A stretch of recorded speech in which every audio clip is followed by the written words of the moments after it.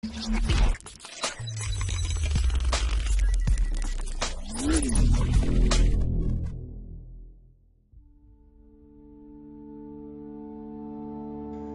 1910 fallecía el rey Eduardo VII del Reino Unido y emperador de la India. Y exactamente el 10 de mayo del mismo año se llevó a cabo su funeral. En dicho evento asistieron diversas personalidades. Asistieron personajes muy destacables. Asistieron numerosos e importantes hombres, gigantes, los cuales podemos ver en la siguiente foto.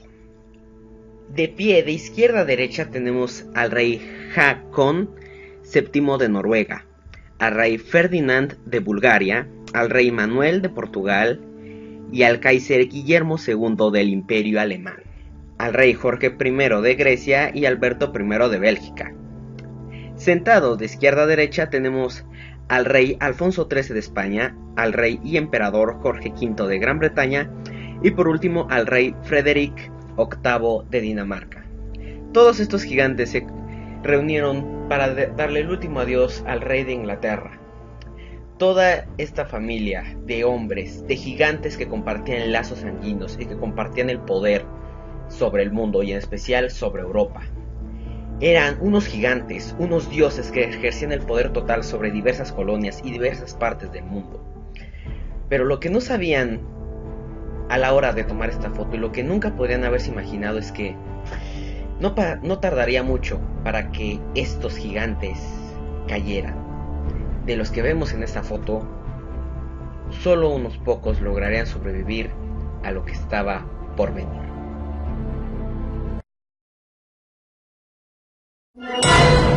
El emperador Francisco José I se encontraba de cacería cuando le llevaron la noticia de la muerte de su sobrino y heredero.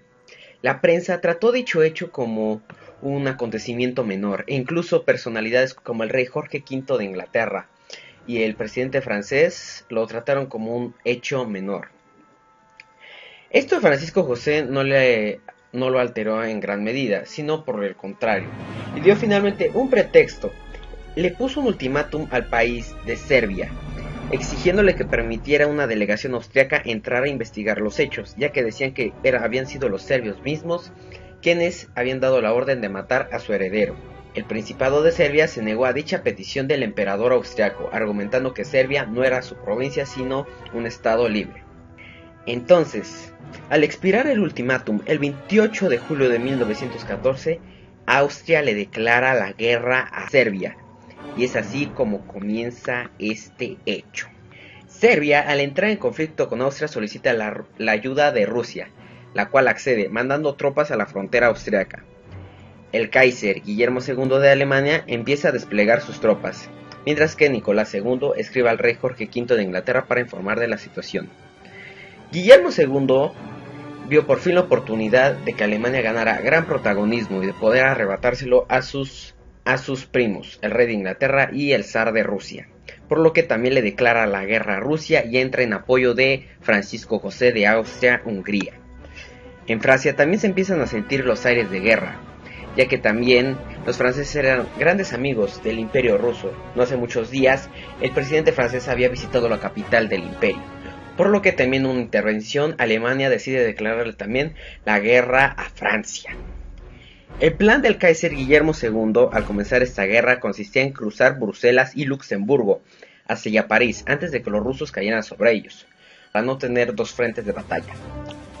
Cuando los alemanes pusieron un pie en Bélgica, el cual era un país neutral, el rey Jorge V de Inglaterra le declaró la guerra. La armada y el ejército británico fue comandado por un joven ministro llamado Winston Churchill. Bélgica, comandada por el rey Alberto I, se defiende. Ofrecen una dura resistencia, atreviéndose incluso a destruir sus propias vías férreas para cortarle el paso a los alemanes. En la primera semana de guerra entre Austria y Serbia se cobran 25.000 vidas de austriacos. Rusia envía 400.000 soldados a luchar contra Alemania y comienzan a hacerlos retroceder. Alemania estaba en una gran desventaja numérica al haber abierto dos frentes, justo lo que Guillermo no quería. Pero poseían una gran ventaja tecnológica en comparación con la de Rusia, como lo eran los ferrocarriles y los zeppelines. En unos días los alemanes destruyeron a una división del ejército ruso, capturando a cientos de soldados y matando a miles. Este era comandado por Paul Hindenburg. Los alemanes llegaron al río Somme, la última frontera natural antes de llegar a la capital francesa. Es entonces que el presidente francés Raymond Poincaré convocó a las tropas de la Legión extranjera, soldados traídos desde sus colonias en África, para defender la capital de un asedio alemán. Estas tropas eran comandadas por el general francés Joseph Joffre.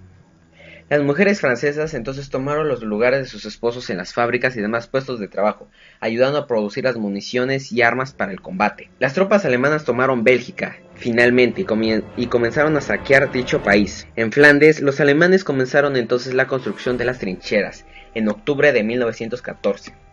Y en noviembre del mismo año, el Papa Benedicto XV, horrorizado ante lo que se estaba cosechando en Europa, hace un llamado a la paz. En África, los franceses deciden atacar las colonias alemanas. El 23 de noviembre de 1914, el Imperio Otomano se une a la guerra. El gran gigante árabe había entrado por parte de Alemania y de Austria-Hungría. Este imperio era una gran posición estratégica para el comercio, además de que amenazaba el Canal de Suez, un punto clave para el Imperio británico. El sultán Mehmed V y el Kaiser se reunieron. Los turcos entonces acordaron con el Kaiser que ellos atacarían a su gran enemigo, el Imperio ruso. El sultán Mehmed V acepta sin duda alguna. Es entonces que tras este suceso con el Imperio Otomano se empieza a desplegar y a cosechar el genocidio armenio, ya que las tropas rusas lograron repeler a las turcas.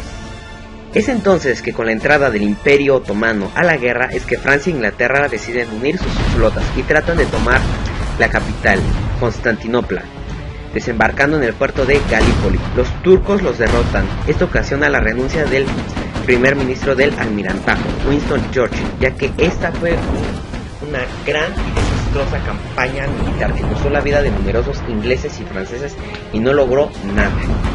Es entonces que un país más se une al conflicto, este ahora del lado de Gran Bretaña y Francia. Este es Italia, hasta el momento neutral. Entra con la promesa de recuperar los terrenos que estaban en manos de los austriacos. Entre las tropas italianas que parten al frente se encuentra un joven sacerdote de nombre Angelo Roncalli. Pero es entonces que el Imperio ruso sufre un duro golpe cuando Alemania entonces toma Polonia. Y es entonces que en este punto de la guerra, a sus comienzos, es que vemos una de las razones por las que esta guerra es tan recordada. Y es el surgimiento de nuevas y letales armas. Granadas, misiles, gases venenosos como lo es el gas cloro y el gas mostaza. También se empiezan a usar nuevas técnicas para combatir las armas que empiezan a surgir, como la Gummy Mask, la primera máscara antigases tóxicos diseñada por Alemania y que fue copiada por los franceses. El hijo del Kaiser, Guillermo II, planea capturar Verdun con 150.000 hombres. Es entonces que el mariscal francés Philippe Pétain toma el mando de esta defensa. Las tropas alemanas están mejor alimentadas que los civiles, tras las líneas, ya que los altos mandos creían que se requería de mucha carne para el funcionamiento óptimo de sus tropas, por lo que varias reses e incluso caballos eran descuartizados. Un soldado llegó a relatar que había tomado más ron en las trincheras y dentro del ejército alemán que en toda su vida. Es entonces que también aparece otro gran protagonista y otra gran invención militar de esta guerra, el avión. Esta es la primera guerra de toda la historia en la cual el ser humano empezó a combatir por los aires. Y del lado alemán destacó un hombre, el cual la historia recordaría como el Barón Rojo, aunque su nombre era Manfred von Richthofen. También destaca un joven que tal vez no tenía el mismo talento que el Barón Rojo, pero sí era un extraordinario y sanguinario piloto. Su nombre, Hermann Göring. Es entonces que con la entrada de los aviones al combate se implementa la artillería antiaérea por parte de Francia y recuperan el control del aire en Verdun. En dicha batalla de Verdun, que ocurrió entre febrero de 1916 a diciembre del mismo año, Alemania fue comandada por las órdenes del comandante Erich von Falkenhayn, mientras que Gran Bretaña y Francia eran comandadas por Philippe Pétain y Robert Nivelle. En esta batalla cabe destacar que un joven soldado francés fue herido y capturado por los alemanes. Su nombre era Charles de Gaulle. Pero también daba comienzo otra de las batallas, una de las más sangrientas, junto con la de Verdún, de esta guerra y una de las más sangrientas de la historia, la Batalla del Somme. Los ingleses fueron dirigidos por Douglas Hyde y el francés Ferdinand Foch contra las tropas alemanas de Max von Clausewitz. Esta batalla fue tal vez la más sanguinaria de la guerra, ya que dejó más de 1 millón de muertos. En la Batalla del Somme, cabe destacar, peleó un soldado que al ver los horrores de la guerra lo inspiraría más tarde para escribir una de las más grandes obras del siglo XX y de la historia. Un soldado de nombre John Ronald Tolkien. Pero también cabe destacar que otro protagonista que dejó millones de muertos, aunque no lo crean, es el alambre de púas, el cual empezó a cobrar diversas vidas tanto de franceses como de ingleses como de alemanes. Los británicos empezaron a abrirse paso entre los alambres de púas alemanes gracias a una nueva arma que horrorizaría a los alemanes: el tanque, un monstruo bélico sin duda alguna para la época. La guerra estaba ya cobrándose miles y miles de vidas, millones tal vez, seguramente, en los tres frentes, entre Francia y Alemania, Rusia y Alemania, Austria, Italia y el Imperio Otomano. El horror de la guerra empieza a ser tal que muchos soldados empiezan a desertar. No entienden por qué inició toda esta guerra. La locura y la furia se empieza a apoderar de los hombres. La vida en las trincheras era de lo más denigrante. Las ratas, las pulgas y demás se empiezan a apoderar de los soldados. Empiezan a quedar sin suministros y sin nada, esperando el inminente final y esperando al filo de la batalla. Principalmente entre los franceses se empezaron a dar grandes sublevaciones. Incluso un soldado francés llegó a declarar: debemos acabar con la guerra, no con la victoria, sino con la revolución. Revolución, una curiosa palabra, y una palabra que sin duda estaría muy sonada en el gigante europeo, Rusia, ya que en febrero de 1917 la revolución había triunfado. El zar Nicolás II de Rusia había abdicado. Esta era la primera caída de uno de los grandes gigantes que caerían en esta guerra. Un imperio que había sobrevivido durante varios siglos se desplomaba gracias a la Primera Guerra Mundial. Este sería a duras penas el primero de los gigantes en sucumbir ante dicho conflicto.